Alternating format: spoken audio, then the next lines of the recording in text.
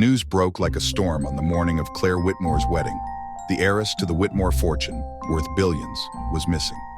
Her dress hung untouched in her penthouse suite, the makeup chair sat empty, and her phone was found discarded in the hotel's garden. The public devoured the story, the glamorous bride-to-be, the wealth, the high-profile wedding. But as the investigation began, the questions were more scandalous than the headlines. Could it have been her fiancé? Liam Carter had won Claire's heart 2 years ago, a dashing businessman who seemed perfect on paper. But whispers emerged about his troubled past, a failed startup funded with Claire's money, and rumors of heated arguments about a prenuptial agreement. Friends recalled Claire's nervous laughter when Liam joked, "If you leave me, I'll be the richest man in the room anyway." Yet there was someone else in Claire's orbit with a motive, her estranged half-brother Jacob. What about Jacob? Born to Claire's father's mistress, Jacob had spent his life in the shadows of the Whitmore legacy.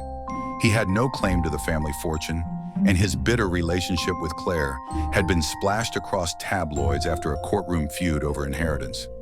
At a charity gala months before the wedding, witnesses overheard Jacob mutter, "One day I'll take everything you have."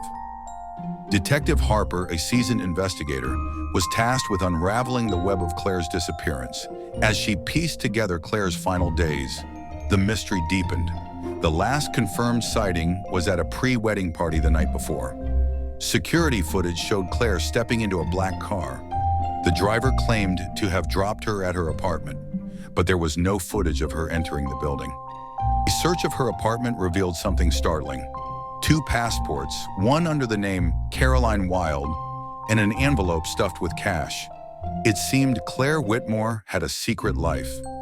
The investigation into Caroline Wild unearthed a trail of intrigue.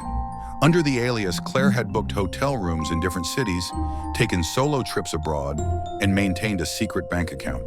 Harper began to suspect that Claire's disappearance wasn't a kidnapping but an escape. But from what or who?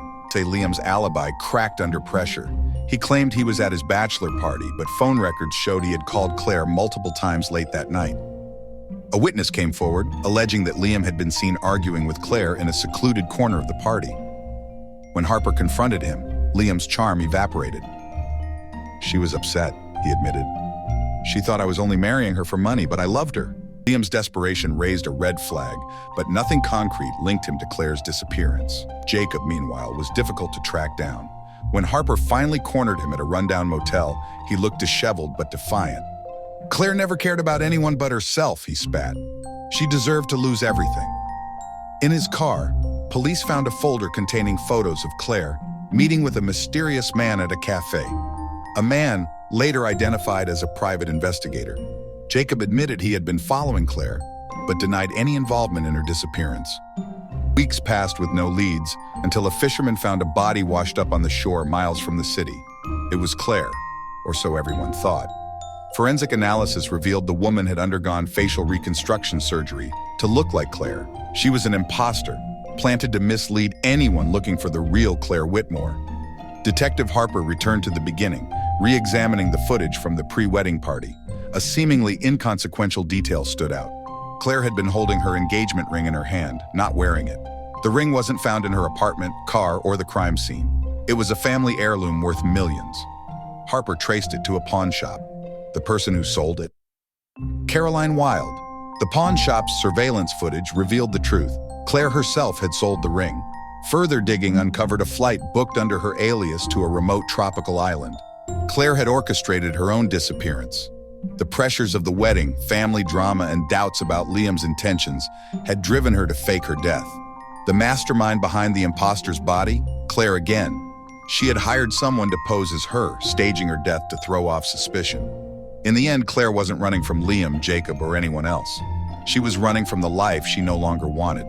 But as Harper closed the case, one question lingered. With her money and power, how long could Claire Whitmore remain hidden?